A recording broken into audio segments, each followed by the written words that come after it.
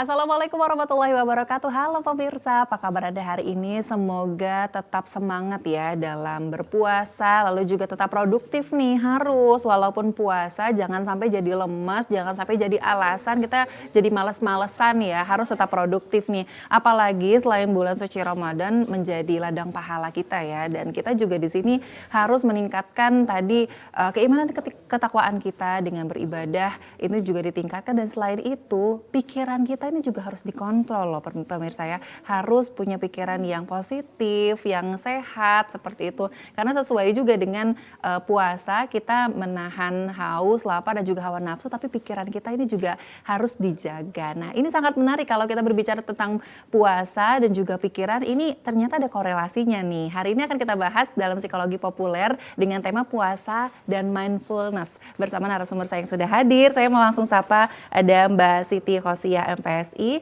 anggota HIMSI atau yang akrab disapa Mbak Tia. Assalamualaikum Mbak Tia. Waalaikumsalam. Apa kabar Mbak? Alhamdulillah. Alhamdulillah sehat. Ini kalau tadi sebelum acara kita udah sempat ngobrol-ngobrol, ternyata asik banget nih ngobrol sama Mbak Tia. Semoga juga pemirsa di sini juga semangat ya untuk nonton tayangan psikologi populer hari ini, dan pemirsa di rumah ini juga bisa bergabung bersama kami melalui telepon interaktif di 0711313454. Baik, Mbak Tia, mungkin sebelum kita bahas tentang mindfulness-nya ini, kalau dari sisi psikologi, sebenarnya arti puasa ini sendiri seperti apa ini Mbak ya untuk psikologi? Apakah memang sebenarnya di psikologi juga mengenal mungkin apakah puasa ini dijadikan salah satu bahan untuk terapi juga dan lain sebagainya? Silakan. Baik, terima kasih Mbak Caca. Senang sekali bisa membersamai Mbak Caca hari ini. Jadi puasa ini sendiri merupakan salah satu ritual ibadah ya. Salah satu ritual ibadah bagi umat muslim, dan ini merupakan peribadatan yang dilakukan secara rutin gitu. Jadi kita melakukan ibadah puasa ini rutin setiap tahun. Karena pasti setiap tahun kita dipertemukan gitu ya dengan bulan yang spesial, yaitu bulan Ramadan ini sendiri.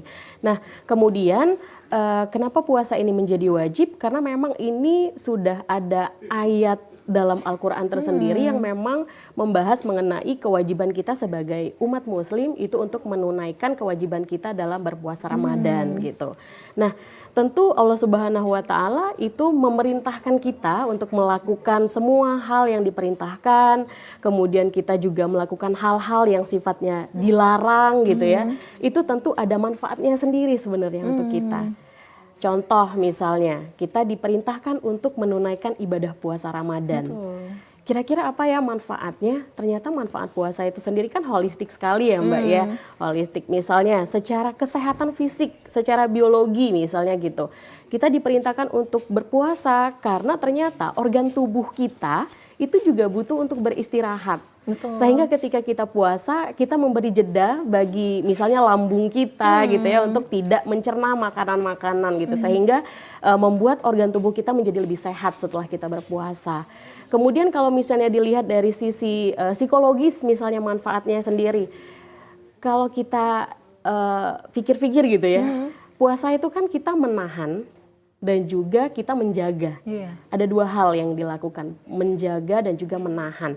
Apa yang ditahan ternyata nggak cukup sampai kita menahan untuk tidak makan dan minum aja, tapi kita juga menahan diri kita untuk bisa mengontrol emosi, mengontrol perilaku kita yang mungkin kurang baik atau tidak baik gitu, sehingga ini berpengaruh pada manfaat itu sendiri untuk kita bisa mengontrol diri kita. Kalau dalam psikologi itu disebutnya adalah self control. Self control. Jadi mungkin pemirsa udah sering banget dengar kata self control. Jadi self control ini sangat digunakan, sangat bermanfaat gitu untuk diri kita gitu ya. Jadi kalau sekarang kan lagi gencar-gencarnya orang mengedukasi masyarakat gitu ya. Kadang ada influencer atau mungkin akademisi, bahkan mungkin praktisi untuk kita tetap menjaga kesehatan mental kita, kesehatan jiwa kita gitu. Nah, salah satu komponen utama yang juga penting sekali yang harus dimiliki individu untuk bisa mencapai titik sehat mental dan juga sehat jiwa itu adalah dengan bisa mengontrol diri. Dia bisa menguasai dirinya, dan mengontrol diri ini yang kita dapatkan dari puasa itu sendiri. Oke, jadi dari puasa tadi ya, selain menahan lapar, haus, dan juga tadi kita memang menjaga juga tadi ya baik ibadah kita dan lain sebagainya, tapi memang memang di sini self control ini juga harus lebih ditingkatkan. Jangan sampai sudah berpuasa tapi cuman hanya mendapatkan lapar dan haus saja ya, menahan lapar dan haus saja, tapi juga ternyata harus menahan diri nih pemirsa. Nah, kalau tadi kan ini menahan diri ini kan artinya kita harus punya kesadaran penuh nih ya terhadap diri kita sendiri. Nah, ini juga yang akan masuk nih ke tema kita hari ini, yaitu mindfulness gitu. Nah, kalau dari secara psikologi sebenarnya mindfulness ini pengertiannya seperti apa sih? Ini Mbak Tia silakan. Baik, jadi mindfulness ini sebenarnya sederhana sekali maknanya. Mindfulness berasal dari kata mindful, ya kan, artinya kita benar-benar memusatkan perhatian kita secara utuh pada saat kondisi kita saat ini misalnya. Iya. Kalau anak-anak zaman sekarang tuh bilangnya here and now gitu. Kita benar-benar ada di sini dan kita menikmati apa yang sedang kita lakukan gitu. Kayak misalnya contohnya sekarang saya sama Mbak Caca lagi ngobrol tentang puasa dan juga mindfulness. Ketika misalnya kita merasa kita beneran ada di sini, Mbak Caca menyimak saya yang lagi bicara, saya juga begitu sebaliknya, artinya kita sedang mindful gitu. Karena kita nggak mikirin hal-hal yang sifatnya di luar dari konteks kondisi kita saat ini gitu. Kita fokus pada obrolan kita. Ini salah satu contoh mindful sebenarnya. Jadi intinya kalau misalnya nih pemirsa di rumah bingung gitu ya, mindfulness itu apa sih? Karena biasanya orang sering searching ya Mbak ya, betul. mindfulness tapi yang keluar itu misalnya tentang meditasi. Sebenarnya dalam kehidupan kita sehari-hari mindful itu sangat mudah sebenarnya. Intinya adalah kita fokus, memusatkan perhatian kita secara utuh dan juga kita sadar bahwa saat itu kita sedang melakukan aktivitas gitu. Jadi kita nggak memikirkan hal-hal yang sebelum-sebelumnya atau misalnya kita tidak overthinking dengan hal-hal yang akan datang gitu.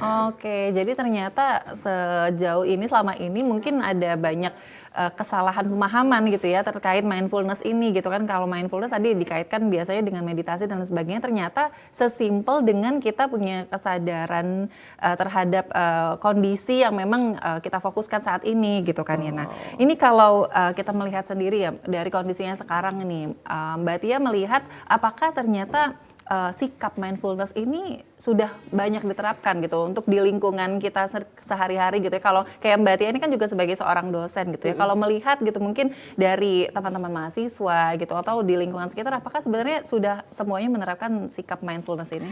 Nah ini juga menarik ya Mbak Caca ya. Sebenarnya tadi saya bilang bahwa mindfulness itu sebenarnya simple gitu. Cuman ternyata banyak sekali orang-orang yang tidak menyadari bahwa dia tidak mindful pada saat melakukan aktivitas gitu, sehingga banyak orang-orang yang merasa stres dengan pekerjaannya mungkin, atau misalnya merasa dalam melakukan aktivitas lebih cepat lelah gitu, bosan gitu. Kenapa? Salah satunya adalah karena kurang mindful tadi, sehingga dia tidak menikmati kegiatan yang saat itu dia lakukan gitu. Karena kan ada juga istilah yang bilang, wah kalau kita kerja sesuai passion kita tuh pasti sangat menyenangkan. Betul, Pasti enjoy ya. akan peluang untuk stresnya tuh akan lebih sedikit misalnya gitu. Tapi sebenarnya pekerjaan apapun itu ketika kita menyadari bahwa oh ini pekerjaan aku loh, kemudian ini adalah sesuatu yang harus aku syukuri loh, karena nggak semua orang punya kesempatan untuk menjadi seperti aku, sehingga kita bisa menjadi lebih mindful dan kemungkinan kita untuk stres itu jadi rendah gitu.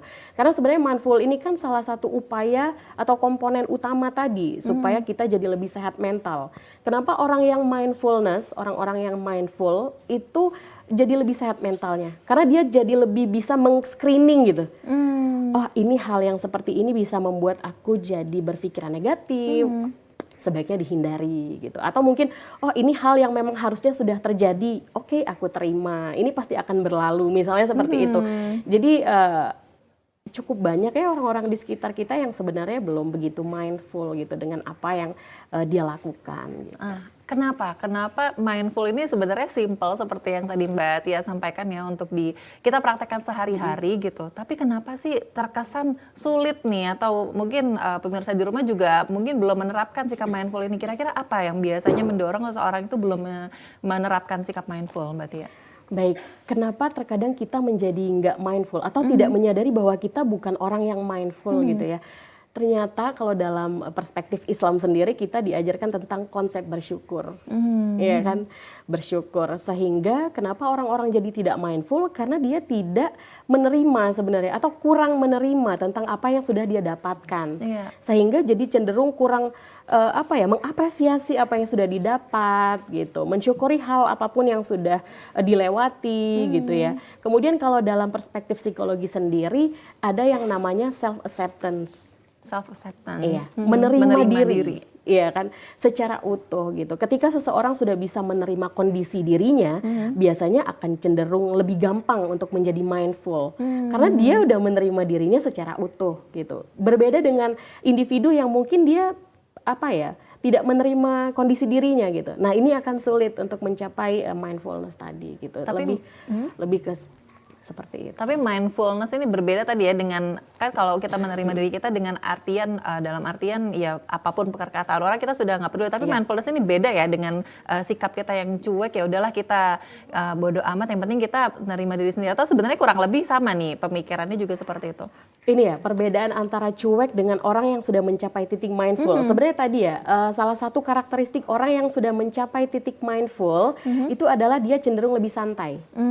Santai dalam artian bukan berarti nggak ada ambisi atau tujuan dalam hidupnya, tapi karena dia merasa bahwa setiap kondisi dalam hidupnya itu harus dinikmati, gitu. Jadi ketika misalnya dia sudah mencapai titik mindful, gitu ya, orang ini sudah mindful, pasti dia akan cenderung lebih mudah menerima segala situasi gitu. Mau itu situasi yang kurang nyaman atau situasi yang nyaman udah pasti ya. Iya. Apalagi kalau situasi yang kurang nyaman misalnya, oh iya udahlah ini memang terjadi. Ini bagian dari dinamika kehidupan, harus diterima. Jadi ya udah jalan aja. Karena hidup nggak flat di sini aja. Kita nggak stuck di sini karena pasti nanti kita akan maju dan maju ke tahap berikutnya gitu. Akan beda lagi ceritanya gitu. Oke, jadi untuk mencapai titik mindful ini ternyata yang masih menjadi tantangan ya sekarang ya, karena tadi mungkin seseorang itu ya kita nggak tahu dengan permasalahannya masing-masing, terkekang di satu momen seperti itu dan akhirnya sulit gitu ya untuk menerapkan sikap mindful ini. Nah, kalau kira-kira tadi lain orang itu sudah santai, kalau misalnya dia sudah mencapai titik mindfulness, apalagi nih Mbak ciri-cirinya ketika seseorang itu memang sudah mencapai titik mindfulness gitu. Mungkin pemirsa di rumah jangan-jangan ada yang sudah mencapai titik mindfulness tapi nggak sadar nih sadar gitu ya. Ada beberapa karakteristik atau ciri-ciri orang yang sudah mencapai titik mindful. Ini bisa kita amati. Yang pertama itu biasanya dia cenderung lebih percaya diri. Dia lebih percaya diri. Kemudian dia adaptif. Dia lebih mudah beradaptasi dimanapun dia berada, dia bisa menyatu gitu dengan lingkungannya tanpa mengubah dirinya yang sebenarnya gitu. Kemudian yang ketiga biasanya dia cenderung punya ambisi. Iya, di sisi lain dia akan lebih tenang, pribadi yang lebih tenang. Cuman dia punya ambisi. Tenangnya bukan yang slow aja lah, ngikut jalan seperti air mengalir gitu kan. Nah, bukan itu yang dimaksud. Jadi dia lebih tenang karena memang dia menyadari secara utuh bahwa segala sesuatu yang terjadi itu harus dihadapi gitu. Dan itu bagian dari dinamika kehidupan. Itu beberapa karakteristik dari contoh-contoh orang yang menerapkan mindful dalam kehidupannya gitu.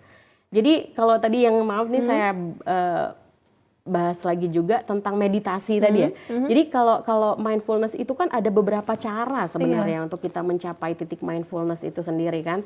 Salah satunya adalah teknik si meditasi tadi. Cuman kalau misalnya kita mau mengimplementasikan si mindful ini dalam kehidupan kita sehari-hari tanpa meditasi pun bisa sebenarnya. Dengan tadi ya kita fokus dengan apa yang kita lakukan pada saat ini. Gitu. Apakah sikap misalnya tadi ya yang tadinya kita untuk mungkin kan seseorang tadi ya pasti punya tekanan, punya stresnya masing-masing gitu. Nah, ketika kita sudah mencapai titik mindful, apakah artinya kita benar-benar sama sekali tidak akan merasakan atau stres yang berlebihan seperti itu, Mbak Tia? Tapi jangan dijawab dulu, kita jawab di segmen berikutnya. Pemirsa tetaplah bersama kami, Psikologi Populer akan kembali usai jeda berikut.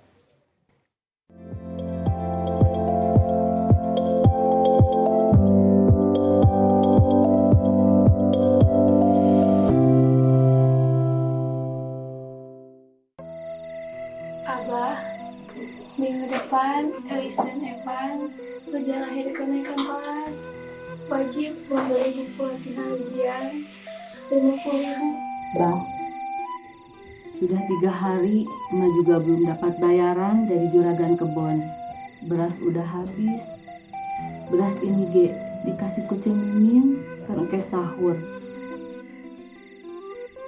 Insya Allah Abah usahakan uangnya besok. Wakina adzabannar. Uis, ini buku buat latihan ujian, dipakai ya. Makasih ya, Asep. Iya, sama-sama. Kenapa, Neng? Bang, tolong, Bang. Bang, tolong anterin ke klinik ya, Bang ya. Bu dokter! Bu dokter! Hati-hati, pelan-pelan. Oh, ini istrinya mau lahirin ya kayaknya. Cepet deh, datang ke klinik kita ambil pengobatan lebih salin dong. Selamat ya Pak, bayinya perempuan cantik.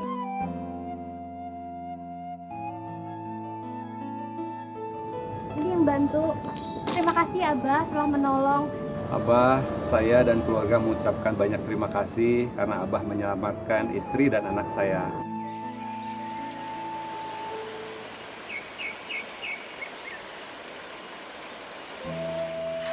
Itu Abah pulang. Sedikit rezeki mohon diterima ya Bah ya. Semoga ini menjadi berkah dan bermanfaat ya Bah ya. Abah, tur nuhun, bayinya sehat.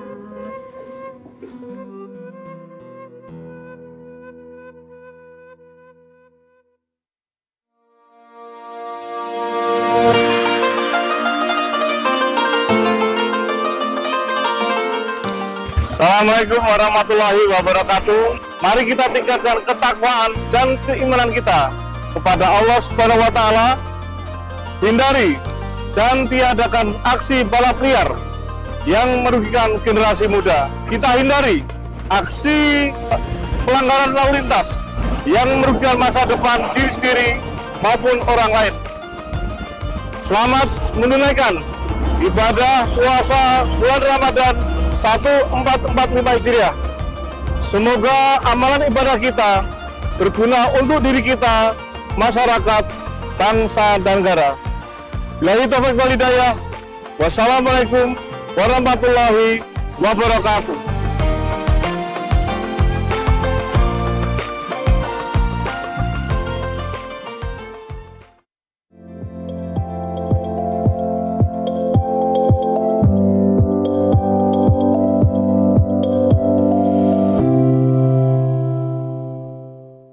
Baik pemirsa, terima kasih Anda masih bersama kami dalam Psikologi Populer nih. Kita lanjut lagi ya berbincang dengan Mbak Tia nih. Mbak Tia, ini balik lagi ya pertanyaan tadi sebelum kita break.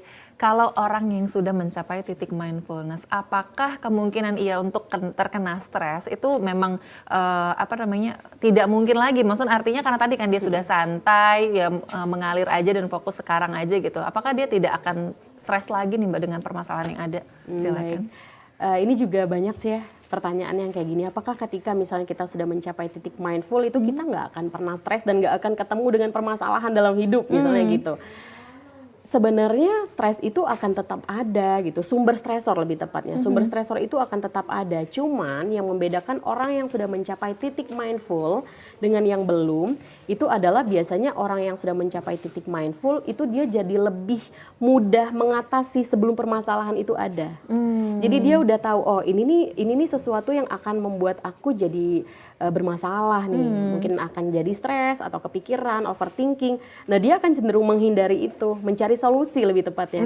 Karena itu tadi kelebihannya orang yang mindful kan dia jadi lebih mudah menerima satu kondisi gitu, lebih ke oh ya udah ini terjadi, aku jalanin aja, ini akan berlalu. Nah biasanya orangnya jadi akan lebih seperti itu. Jadi dia cenderung lebih santai sehingga karena dia udah tahu ada sumber stresor yang kemungkinan akan membuat dia stres, dia akan menghindari itu. Menghindari bukan berarti lari dari satu kondisi itu ya, tapi lebih ke ya udah hadapi, ini akan terjadi sehingga sumber stresor yang tadinya harusnya mungkin membuat orang tersebut jadi stres malah enggak gitu. Jadi dia malah bisa mengatasi itu, bisa gitu. mengelola Dirinya ini, gitu ya, mengelola pikirannya gitu, menjadikan dirinya ya lebih positif gitu dan menganggap segala sesuatu tuh ya ini bagian dari dinamika kehidupan gitu. Oke, jadi bukan berarti yang tadinya memang sudah mencapai titik mindful itu nggak bakalan stres ya gitu ya, karena namanya permasalahan hidup ya pasti kan selalu ada Iya. gitu selama kita hidup masih hidup di dunia. Cuman balik lagi gimana caranya kita untuk mengolah pikiran kita. Nah, kalau untuk dalam mendukung si mindful ini Mbak Tia ya, apakah memang ada kegiatan-kegiatan tertentu? Misalnya kan kayak tadi ya, kalau orang stres kan biasanya cenderung healing lah, lain sebagainya gitu ya, ada yang menjalankan hobi dan lain sebagainya. Apakah hal-hal tersebut juga bisa mendorong ataupun mungkin memicu ya supaya kita punya pikiran yang positif, punya pikiran yang mindful gitu? Oke, betul. Jadi beberapa hal yang bisa dilakukan supaya kita bisa mencapai titik mindful gitu ya. Sebenarnya ada beberapa tips, cuman mungkin nanti kita sampaikan ya. Nah, jadi kalau pertanyaan tadi dari Mbak Caca tadi, apakah misalnya orang yang pergi healing, liburan gitu ya, itu salah satu upaya untuk membuat orang tersebut jadi lebih mindful? Jawabannya betul. Jadi ada banyak sekali sebenarnya hal-hal yang bisa membuat kita jadi ada di zona yang kita ngerasa kita nyaman dengan itu gitu. Cuman terkadang nih Mbak Caca, kadang mungkin pemirsa juga nggak kepikiran gitu bahwa ternyata nggak semua healing itu bisa menyelesaikan permasalahan. Iya. Ada nggak sih misalnya orang yang pergi healing terus pulangnya pusing lagi? Tambah stres ya. Tambah stres misalnya. Ternyata ada. Nah ternyata healing itu bukan satu-satunya cara untuk kita mencapai titik mindful tadi. Tapi itu juga termasuk cara untuk kita bisa mencari titik di mana kita merasa nyaman dan juga merasa fresh gitu ya, kita jadi happy, pikirannya kembali ngerasa lebih menemukan sesuatu yang baru gitu ya, ketika kita betul. misalnya melakukan healing dengan liburan tadi gitu. Tapi ada cara lain juga ternyata yang bisa dilakukan. Kalau bahasa kekiniannya tuh biasanya anak-anak biasanya bilangnya me time. Iya, me time. Iya, me time. Saya Orang paling kan- suka itu me time. Iya kan Mbak? Nah me time ini ternyata beda-beda. Setiap orang itu beda-beda. Kalau saya me time-nya mungkin kok agak sedikit aneh ya. Saya berdiam diri di kamar, rebahan beberapa waktu, itu bagi saya me time. Dengan saya nggak memikirkan apapun, benar-benar menikmati rebahan gitu. betul, Nggak betul. ngerjain apapun, nggak buka handphone, kemudian saya nggak mikirin hal-hal yang bikin saya jadi pusing gitu. Setelah rebahan misalnya 1 jam, mulai lagi beraktivitas, fresh lagi gitu. Jadi itu juga salah satu cara ya yang Iya. bisa kita lakukan untuk melatih diri kita untuk lebih mindful. Sesimpel kayak tadi saya bilang, kita sambil tiduran, nonton televisi, tapi beneran apa yang kita lakukan itu kita nikmati gitu. Jadi bukan nonton TV tapi sambil Pikirannya masih mikirin yang apa lain-lain gitu ya, ya, masih nggak mikirin gitu. kerjaan. Atau misalnya cara lain nih Mbak Caca, ketika kita makan ini juga banyak banget sih terjadi. Kita makan, tapi ketika makan kita sambil nonton. Iya. Atau misalnya sambil melakukan aktivitas yang lain tanpa kita sadari, itu sebenarnya hal yang nggak bisa dibilang salah juga sih sebenarnya. Cuman sebaiknya memang ketika melakukan satu aktivitas itu kita fokus dan meresapi apa yang kita lakukan itu untuk mencapai si mindful tadi gitu. Oke, jadi bukan berarti kalau misalnya kita nggak bisa beraktif, kan kadang ada juga ya orang yang harus bisa mengerjakan beberapa tugas, beberapa hal gitu. Artinya kalaupun kita memang hanya fokus di satu-satu dulu gitu, itu nggak masalah ya. Nggak masalah. Artinya yang penting kita benar-benar enjoy tadi kan. Betul. Ini kalau tadi ternyata dalam hal untuk memacu mindfulness ini tadi ya banyak sekali kegiatan yang mulai dari healing itu juga bisa, tapi ternyata tidak hanya jadi satu-satunya, banyak sekali gitu. Nah, kalau kita bicara lagi nih kan pemirsa di rumah ini kan ya pasti banyak sekali nih, ada yang mulai dari mahasiswa ya, masih pelajar, ada yang juga ibu rumah tangga dan lain sebagainya dengan stresnya masing-masing gitu. Karena gimana? Wah, ada telepon masuk dulu nih, kita angkat dulu deh kalau gitu. Assalamualaikum, psikologi populer. Nanya Iya, dengan siapa di mana Ibu? dengan Lia Mbak di Palembang. Ibu Dia, silakan pertanyaannya Ibu Dia. Bagaimana sih puasa dapat membantu meningkatkan kesadaran diri dalam mindfulness? Terima Oke. kasih. Iya, baik, terima kasih. Bagaimana puasa bisa meningkatkan diri dalam mindfulness? Oke, silakan, mungkin bisa langsung dijawab ini. Baik, terima kasih Mbak Lia. Pertanyaannya sangat sesuai dengan topik kita ya. Jadi bagaimana sih puasa ini bisa meningkatkan mindful seseorang gitu, mindfulness seseorang.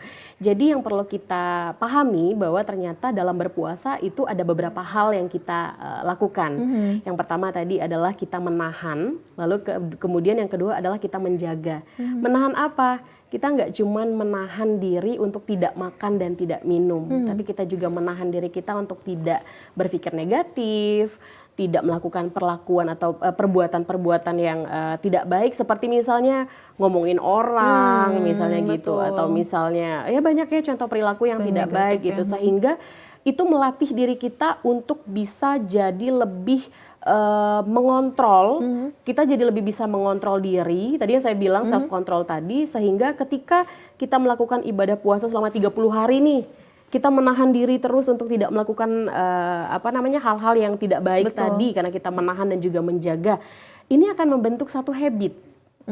Ya kan, akan membentuk satu habit dan juga akan membentuk perilaku yang baru yang tentunya positif gitu. Jadi hikmah dari setelah puasa itu tetap bisa kita rasakan dengan meningkatnya perilaku-perilaku yang baik pada diri kita. Oh iya, kemarin pada saat puasa saya nggak ngomongin orang loh. Iya. Ketika duduk di satu tempat tertentu kita ngomonginnya hal-hal yang positif gitu. Dan itu dibawa sampai setelah puasa. Hikmahnya itu ya. Iya. Sehingga bisa dikatakan itu adalah salah satu manfaat dari puasa ini sendiri yang bisa meningkatkan mindful seseorang gitu. Kenapa bisa dibilang puasa ini berpengaruh pada si mindful? Karena kita menuntut diri kita ketika melakukan ibadah puasa itu untuk menjalankan ibadah sepenuh hati gitu kan. Kalau dari unsur-unsur mindful itu sendiri kan ada yang namanya istilahnya intention namanya. Kita menyadari bahwa kita sedang melakukan ibadah, kita ibadahnya ini lillahi ta'ala. Kalau dalam konsep Islam sendiri kan ini artinya ikhlas kita, ya kan, ikhlas dalam menjalankan ibadah, sehingga ini tentunya bermanfaat untuk diri kita sendiri. Jadi udah pasti ada hubungan antara si puasa ini pada si mindfulness ini sendiri. Oke. Atau bisa dikatakan misalnya puasa dengan mindful. Artinya kan kita melakukan ibadah puasa dengan penuh kesadaran. Gitu kan, kita menikmati ibadah yang kita lakukan. Gitu.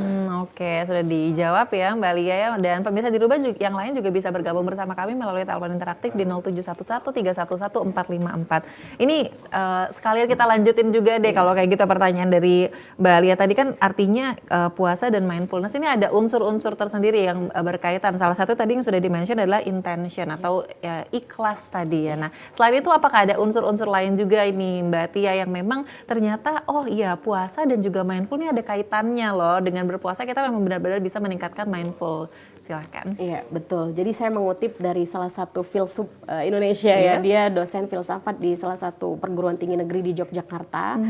Namanya Dr. Fahrudin Faiz. Itu bagus banget materi-materi yang dia sampaikan. Saya mengutip dari beliau bahwa ternyata 4 unsur mindful itu sebenarnya sudah ada dalam konsep Islam. Jadi kalau 4 unsur mindful itu kan yang pertama ada yang namanya attention. Ya, attention, kemudian ada intention, lalu ada presence dan juga ada openness namanya.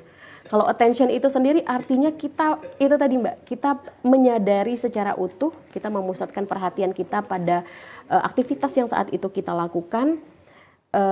Kalau dalam konsep Islamnya itu disebut dengan istilah khusyuk. Contohnya misalnya kita melakukan ibadah sholat gitu ya Mbak ya. Kenapa ada masjid? Kenapa ada musola? Kenapa kita sholat harus di ruangan khusus yang bersih, yang tidak membuat kita jadi ke-distract gitu ya. Ini jeda, kita break dulu ya sebentar, kita angkat telepon lagi nih Mbak Tia. Assalamualaikum, psikologi populer. Benarkan, nama saya Geni. Iya. Mau bertanya, Oke, ini silakan pertanyaannya. apa sih manfaat praktik mindfulness dalam selama bulan puasa? Oke, apa manfaat mindfulness ya, praktik mindfulness dalam ibadah bulan suci Ramadan atau puasa ini sendiri? Boleh silakan dijawab ini Mbak Tia. Oke, praktik mindful. Sebenarnya tanpa kita sadari dengan kita berpuasa itu adalah salah satu ritual yang itu masuk dalam satu hal yang bisa bikin kita jadi mindful sebenarnya. Balik lagi ke konsep puasa tadi bahwa kita menahan dan juga menjaga diri kita gitu ya, sehingga kita bisa jadi lebih menguasai diri kita jadi lebih bisa mengontrol gitu, sehingga tanpa kita sadari sebenarnya selama bulan suci Ramadan itu kita sedang melatih diri kita untuk jadi lebih mindful sebenarnya. Gitu. Kadang ini nggak kepikiran Mbak, nggak kepikiran gitu. Jadi puasa itu sendiri itu sebenarnya bagian dari salah satu upaya yang kita lakukan lakukan untuk mencapai titik mindful. Oke, ternyata ya bahwa memang puasa tidak hanya kita tadi menahan lapar dan haus, tapi tadi self control dan juga mindful ini juga bisa jauh lebih baik ya ketika kita sudah memang menjalankan ibadah puasa. Nanti akan kita lanjutkan lagi perbincangan saya bersama Mbak Tia terkait dengan kaitan antara puasa dan juga mindfulness. Kita akan perdalam lagi di segmen berikutnya. Tetaplah bersama kami dalam Psikologi Populer.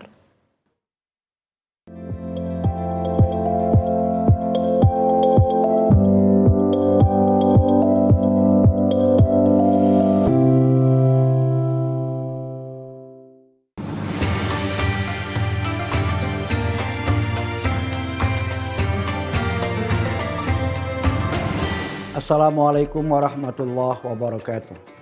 Mari kita jaga keamanan, mari kita jaga kenyamanan, terutama di saat-saat bulan Ramadan. Jangan sampai mengganggu umat Islam yang akan melaksanakan ibadah. Mari kita bina kesatuan dan persatuan kita. Mari kita ciptakan kerukunan intern umat beragama, kerukunan antar umat beragama, dan kerukunan antar umat beragama dengan pemerintah.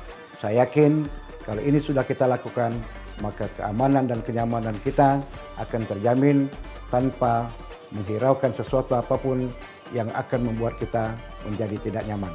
Terima kasih. Assalamualaikum warahmatullahi wabarakatuh.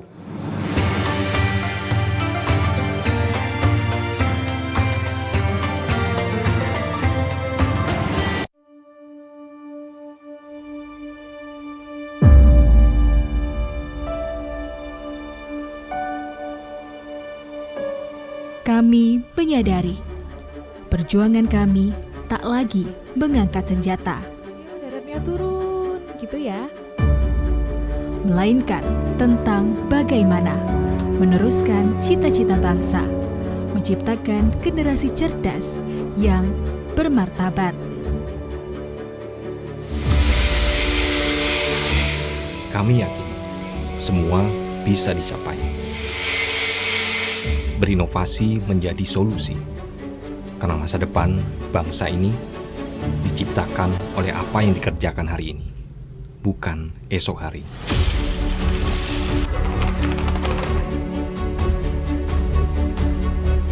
Kami sadar tak perlu menjadi yang hebat untuk membangun negeri ini, melainkan fokus mengembangkan kreativitas akan lebih berarti bagi yang menikmati.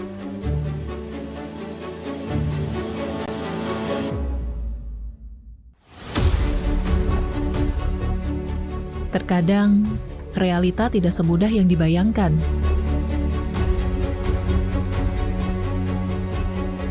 Kami tak pernah menyerah pada apa yang dihadapi. Setelah ini, apakah ada pengolahan lebih lanjut lagi dari Bukan sebatas informasi, tapi tentang bagaimana mengabarkan kebenaran hari ini untuk perubahan di masa depan. Sampah bukan hanya tanggung jawab pemerintah saja, namun juga tanggung jawab kita semua. Demikian kondisi terkini kami laporkan. Siapapun dan dari manapun kami tetap pemuda Indonesia.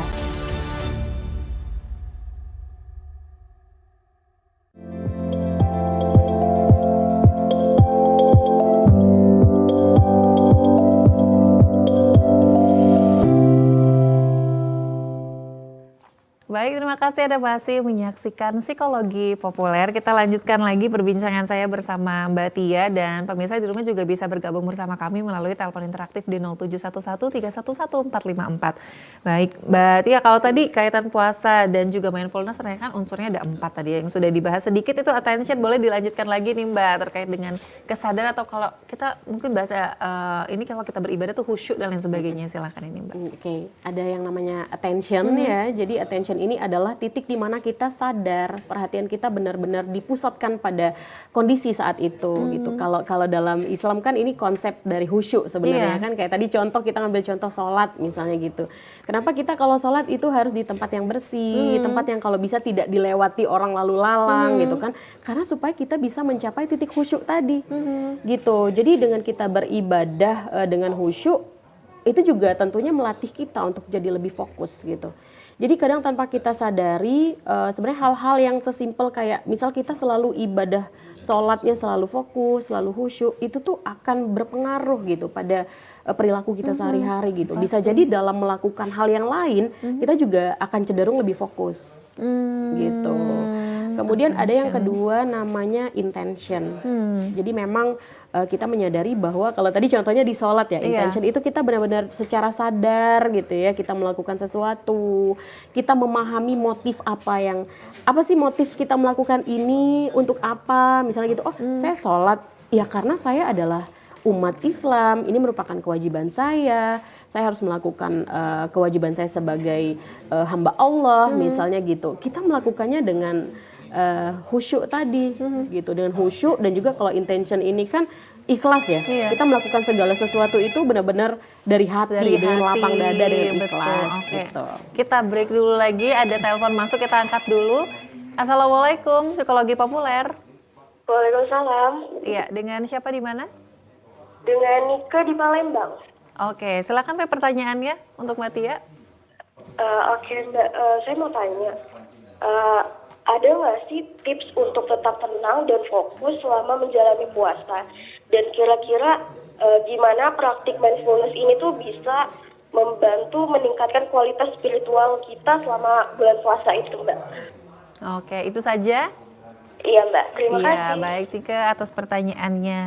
Tipsnya nih Mbak untuk tetap tenang dalam berpuasa. Karena kan ketenangan ini ya yang kayaknya juga menjadi salah satu tantangan, dan harus nih gimana caranya kita supaya tetap tenang bulan suci Ramadan selama berpuasa. Tips untuk supaya kita tetap tenang gitu ya. Yang paling pertama yang harus kita sadari adalah kita menyadari bahwa kita akan melakukan ibadah puasa. Kita menyadari dulu kita akan melakukan ibadah puasa. Kita melakukan ibadah gitu. Ketika kita melakukan ibadah, tentunya kita nggak mau ya nilai-nilai dari ibadah kita itu berkurang dengan kita melakukan hal-hal yang bisa, taruhlah misalnya dalam berpuasa gitu Mbak ya, ibadah kita pahalanya jadi berkurang gitu karena kita melakukan sesuatu misalnya gitu. Jadi sehingga dengan kita sadar kita melakukan ibadah pada saat itu misalnya gitu, itu akan membuat kita secara sadar bahwa kita akan menahan diri kita tadi, kita menjaga, dan juga kita akan cenderung lebih fokus untuk melakukan hal-hal yang sifatnya lebih positif gitu. Ketika misalnya kita tersadar nih, wah ini kayaknya bisa mengurangi pahala saya, oh jangan deh saya melakukan ini gitu, sehingga kita jadi lebih bisa fokus lagi untuk beribadah ini gitu. Atau misalnya nih momen yang biasa kita lakukan di bulan Ramadan juga dengan kita membaca Al-Quran nih. Iya, betul. Gitu ya, sehingga dengan membaca Al-Quran tanpa kita sadari itu juga memberikan efek rasa tenang untuk diri kita sendiri gitu. Karena ketika membaca Al-Quran kita nggak mungkin mikirin hal-hal yang lain ya. Sehingga itu juga pasti melatih fokus kita dan juga rasa tenang pada diri kita gitu. Jadi seperti itu. Betul-betul ya, sudah dijawab ya. Itu pertanyaan yang pertama. Nah tadi ada yang satu lagi, bagaimana dengan mindfulness ini bisa meningkatkan spiritual kita gitu kan ya, karena tadi kan kembali lagi, karena kalau kita mungkin sudah mencapai titik mindfulness, diharapannya kan secara spiritual juga kita lebih baik ya Mbak ya. Silahkan ini Mbak Tia. Betul, jadi ketika misalnya kita sudah mencapai titik mindful gitu ya Mbak ya, pasti artinya kita sudah melewati beberapa unsur tadi yang saya jelasin tadi kan, attention, intention, presence, dan juga openness tadi. Artinya ketika misalnya kita sudah mencapai titik mindful, pasti kita akan sadar secara utuh. Udah pasti, karena kan mindful itu adalah sadar. Secara utuh. Kita memfokuskan perhatian kita pada satu hal yang sedang kita lakukan. Kalau sekarang momennya puasa Ramadan, kita fokusnya di ibadah gitu. Ya kan? Jadi seperti itu. Oke, jadi semoga dengan tadi ya kita bulan suci Ramadan memanfaatkan momen ini semaksimal mungkin, dan kita bisa sama-sama mencapai titik mindful kita masing-masing. Nah, pemirsa di rumah juga masih bisa bergabung bersama kami melalui telepon interaktif di 0711 311 454. Oke, kita lanjutin lagi nih ya Mbak, tadi sudah bahas attention dan juga intention ya. Nah, kalau yang ketiganya itu kan yaitu unsurnya presence. Nah, kalau untuk presence sendiri ternyata seperti apa ini untuk sampai kita bisa mencapai titik mindfulness-nya kita ini? Oke, presence. Kalau present ini kan artinya kita menyadari bahwa kita beneran hadir pada kondisi saat itu gitu ya. Kalau tadi kita sadar melakukan sesuatu, kita sadar dalam satu kondisi pada saat itu yang kita lakukan. Kalau present ini kita menyadari bahwa kita hadir di situ, gitu. Nah, kalau dalam konsep Islam sendiri, present ini dikaitkan dengan konsep ridho. Ridho. Jadi kita menerima gitu ya, menerima kondisi, oh iya nih, saya sedang mengalami hal ini gitu. Cenderung lebih mudah dalam menerima segala sesuatu gitu. Jadi itu kalau dari konsep si presence tadi. Kemudian kalau yang terakhir ada yang namanya openness. Openness. Kalau openness ini sendiri biasanya kalau dikaitkan dengan konsep Islam itu dikaitkan dengan yang namanya hikmah. Iya kan, hikmah. Betul. Jadi kita bisa memaknai, oh saya hadir di sini, saya berbagi dengan Mbak Caca dan juga para pemirsa mengenai puasa dan juga mindfulness, sehingga pasti saya merasakan ada sesuatu yang bermakna gitu dari apa yang sudah saya lakukan, sehingga saya bisa memetik hikmah dari apa yang sudah saya lakukan gitu. Karena tadi ya saya here and now gitu, terus ternyata ini justru bisa membuat diri kita tuh jadi lebih bisa menerima gitu ya. Kemudian kita menganggap ini adalah hal yang positif. Dan kalau tadi dikaitkan dengan konsep Islam disebutnya hikmah kalau present ini sendiri. Masya Allah, luar biasa ya. Artinya ternyata untuk mencapai titik mindful kita ini bisa melalui puasa tadi kan. Nah ini masih terkait dengan puasa. Puasa ini kan sebenarnya dalam kita beribadah tadi ya, kita harus memaksimalkan juga. Tapi di satu sisi tadi ada banyak sekali juga cobaannya memang dalam kita menjalankan ibadah puasa ini yang menjadi tantangan terberat. Apalagi ketika kita mungkin tadi ya berjumpa juga dengan orang lain dan lain sebagainya gitu. Nah ini bagaimana caranya supaya kita memang bisa tadi ya Mbak ya mungkin mensortir ya atau menjauhkan pikiran-pikiran negatif yang mungkin terpengaruh dari kondisi lingkungan atau kondisi yang ada di luar kita. Iya, jadi itu tadi ya kelebihannya kalau misalnya kita sudah mencapai titik mindful, biasanya orang yang sehat mental itu pasti ada kaitannya dengan orang yang mindful gitu kan. Salah satu komponen utamanya itu adalah dengan kita mampu mengontrol diri kita untuk mencapai si jiwa yang sehat tadi, mental yang sehat gitu ya. Sehingga orang yang sudah mencapai titik mindful itu adalah orang-orang yang biasanya sudah bisa men-screening nih, sudah bisa membedakan gitu ya, memilih mana hal yang harus dilakukan, mana hal yang oh ini tidak boleh dilakukan gitu, untuk menghilangkan atau menghindari stresor-stresor yang bisa membuat kita jadi overthinking, yang bisa menyebabkan mungkin diri kita jadi stres gitu. Jadi lebih seperti itu sih Mbak. Oke, jadi artinya tadi ya masih tetap juga dengan bagaimana kita bisa menjauhkan stresor tadi gitu kan. Stresor kan kadang tidak hanya dari diri kita ya, terkadang juga memang datang dari orang lain. Ini juga Mbak, kadang kita suka overthinking gitu ya, karena faktor eksternal dari luar gitu. Kita lupa gitu untuk membatasi diri kita. Oh, ini hal yang boleh saya pikirkan, ini hal yang harusnya nggak saya pikirkan. Ini juga berpengaruh sekali gitu. Jadi biasanya orang yang cerdas secara emosional, dia benar-benar memahami dirinya, dia jadi bisa membangun boundaries gitu dengan sesuatu yang bisa membuat dia menjadi terpuruk. Biasanya seperti itu, supaya ya itu tadi tujuannya adalah untuk mencapai jiwa yang sehat tadi. Wow, luar biasa sekali boundariesnya ini nih yang mungkin harus juga kita latih ya, supaya kita harus bisa tahu memang ada beberapa hal yang sebenarnya mungkin tidak masuk ke ranah kita ya, yang tidak harus kita pikirkan, yang itulah tadi jadinya malah bikin overthinking zaman sekarang ya, dikit-dikit overthinking gitu. Dan nanti kita masih ada satu segmen lagi untuk membahas tema kita hari ini, yaitu puasa dan juga mindfulness. Tapi setelah jeda berikut tetaplah bersama kami dalam Psikologi Populer.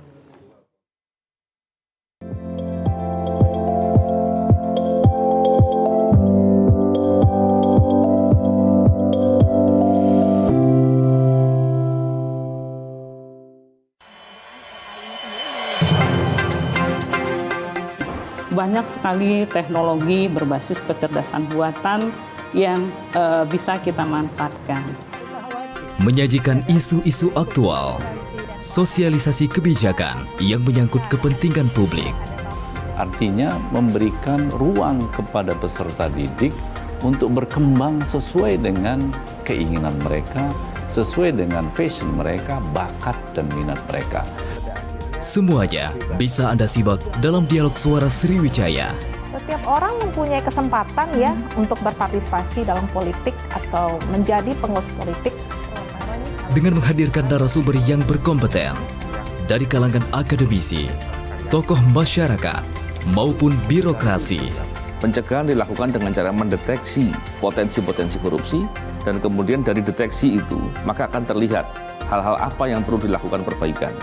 Suara Sriwijaya setiap hari Selasa, Rabu, pukul 14 waktu Indonesia Barat. Hanya di TVRI Sumatera Selatan.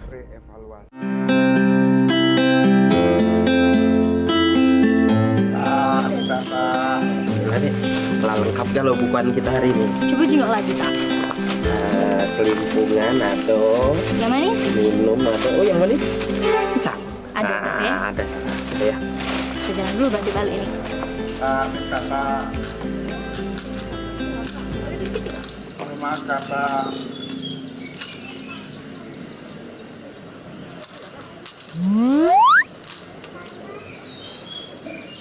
Hati kecil, Pak.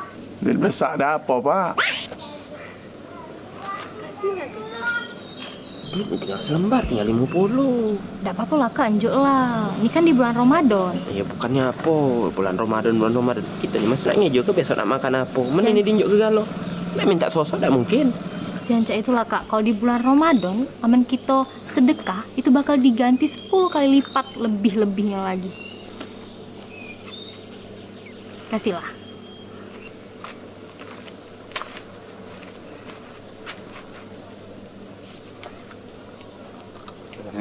Kasih Pak ya. Sama-sama Pak. Cukup lah untuk beli bensin.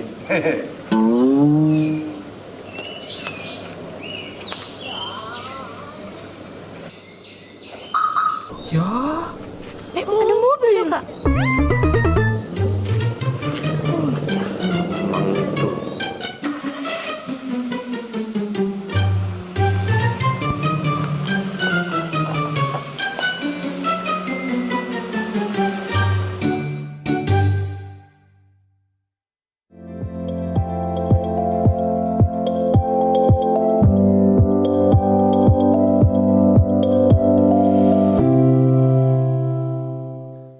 Terima kasih Anda masih bersama kami dalam Psikologi Populer. Tema kita masih sama, yaitu puasa dan juga mindfulness ini di segmen terakhir kita. Tapi pembahasannya malah semakin menarik ini. Karena kita tentunya dalam konsep mindfulness ini kita harus tahu ya, kenapa sih kita harus menerapkan mindful dalam kehidupan kita sehari-hari. Kenapa kita harus bersikap mindful? Pasti karena ada manfaat yang sangat-sangat spesial yang bisa kita rasakan, khususnya lagi di bulan suci Ramadan ini. Langsung saja, ini saya mau tanya lagi nih ke Mbak Tia, kalau berbicara tentang manfaatnya ini Mbak ya, dari penerapan mindful, khususnya apalagi ketika kita sedang kondisinya ini berpuasa, ini kan pasti nanti ke depannya ini juga bisa ada manfaatnya lagi ya secara jangka panjang gitu kan ya. Baik, ini bisa disampaikan nih, silakan Mbak Tia. Oke, jadi Mbak Caca, puasa dan mindful itu pasti ada korelasinya, ada hubungannya gitu. Ketika kita menjalankan ibadah sepenuh hati, kita menyadari kita melakukan ibadah, itu artinya sebenarnya kita sudah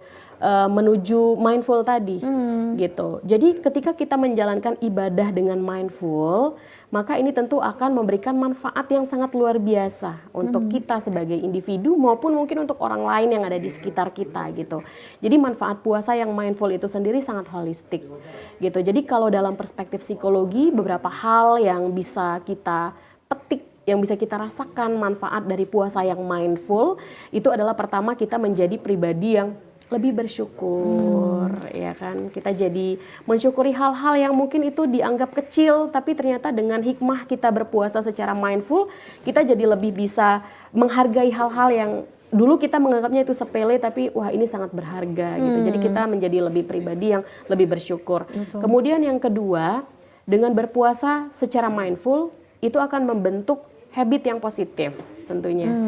Misal nih Mbak, kita selama 30 hari gitu ya menjalankan ibadah. Tentu ada beberapa hal yang kita lakukan yang mungkin sebelum puasa kita nggak melakukan itu. Contohnya misalnya kita sholatnya bolong-bolong mungkin sebelum Ramadan, atau misalnya sholatnya nggak tepat waktu gitu ya. Tapi ternyata hikmah Ramadan, ketika misalnya kita sedang berpuasa Ramadan, kita jadi lebih taat ibadah, lebih tepat waktu, sehingga kita menjadi lebih disiplin gitu. Dan ini membentuk habit yang positif bahkan setelah puasa itu sendiri sudah selesai gitu. Kita bawa ke dalam kehidupan kita sehari-hari.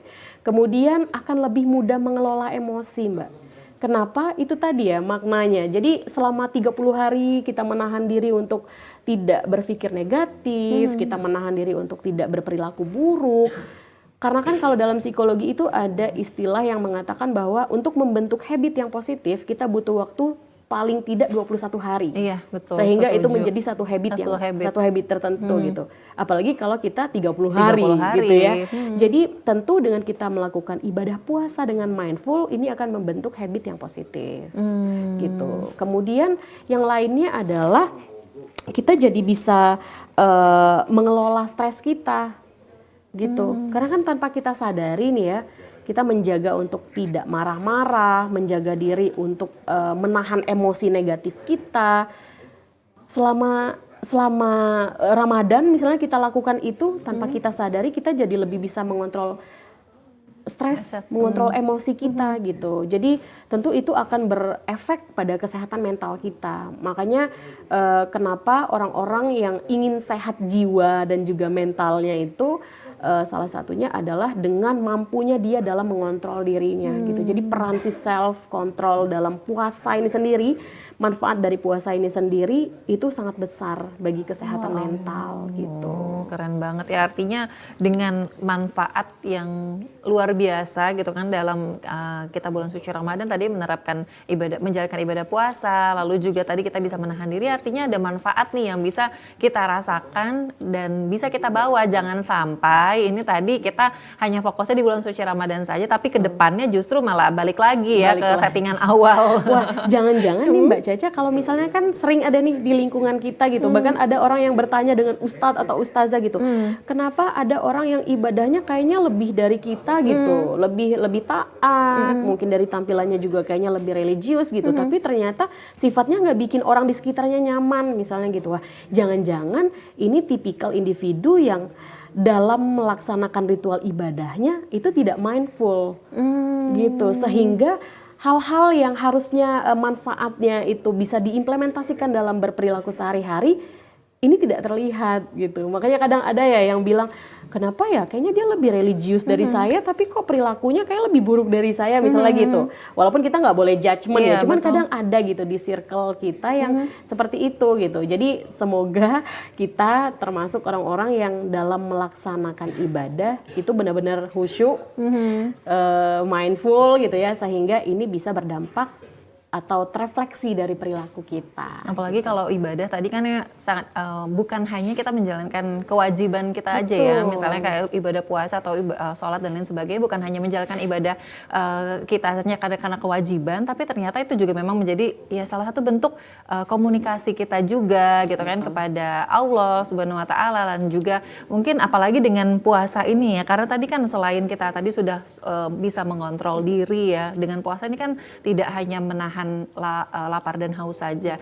Pola pikir kita juga harus positif supaya tidak mengurangi pahala puasa kita. Nah, di satu sisi untuk mencapai titik mindfulness ini terkadang juga mungkin terdistraksi juga dengan adanya tadi ya Mbak ya, misalnya kita membanding-bandingkan nih Mbak Tia, membandingkan diri juga. Nah, ketika kita melihat, aduh kok kayaknya aku nggak sebaik dia dan lain sebagainya. Nah, apa yang harus dilakukan supaya itu kan juga mempengaruhi ya kita untuk mencapai ke titik mindful kita, apa yang harus kita lakukan supaya tidak ada di posisi yang seperti itu dan mindful kita ini bisa benar-benar maksimal gitu. Oke.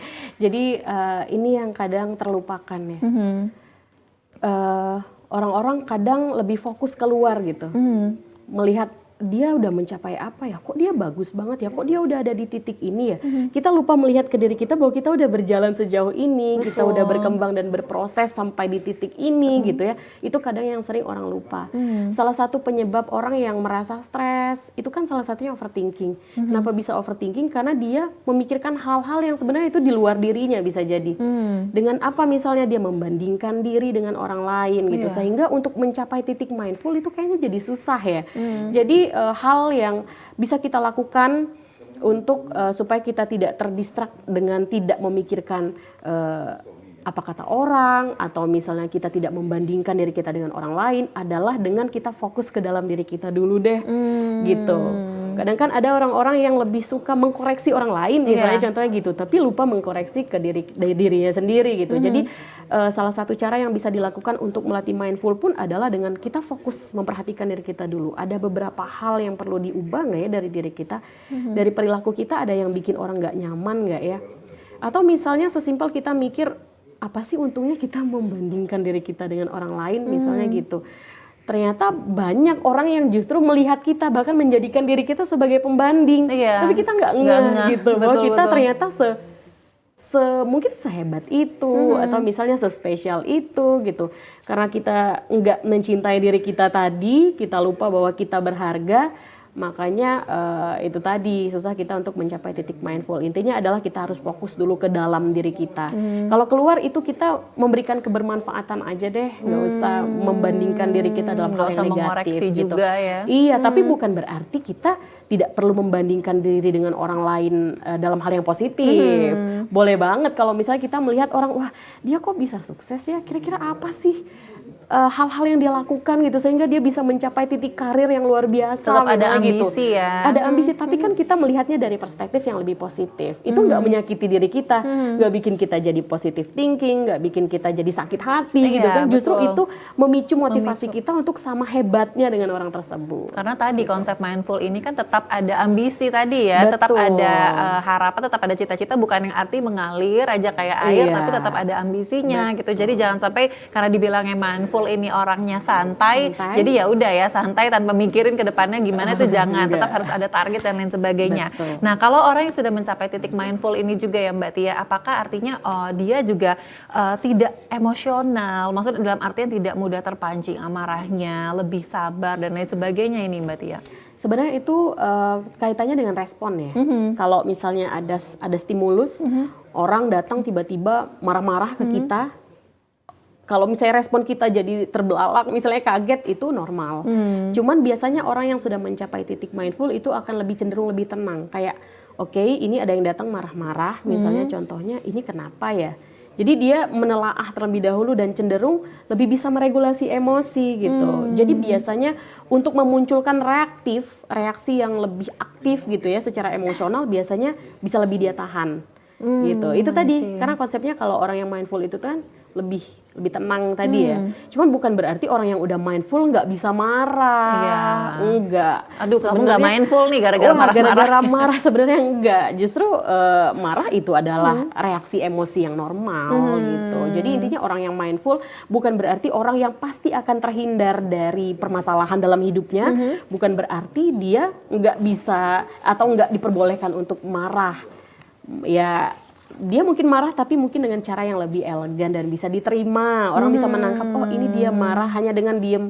Gitu doang, enggak yang harus gebrak-gebrak meja dan lain sebagainya ya, sampai marah-marah. Gitu, iya. Oke, nah ini luar biasa sekali ya tema kita puasa dan mindfulness ini juga harus benar-benar diresapi juga oleh pemirsa di rumah nih, khususnya menyaksikan tayangan kita hari ini. Ini terakhir nih kalau dari Mbak Tia mungkin untuk bisa memberikan kesimpulan terkait tema kita hari ini itu puasa dan juga mindfulness, silahkan Mbak. Oke, terima kasih Mbak. Jadi Mbak Caca dan juga para pemirsa di rumah, ternyata penting sekali untuk kita menyadari bahwa dengan kita melakukan ibadah secara utuh, kita memusatkan perhatian kita memusatkan kesadaran kita pada ritual ibadah yang kita lakukan, itu manfaatnya adalah untuk diri kita sendiri. Seperti tadi yang saya sampaikan bahwa ternyata dengan berpuasa secara mindful, itu akan memberikan manfaat secara psikologis yang itu tujuannya bisa mencapai kesehatan mental.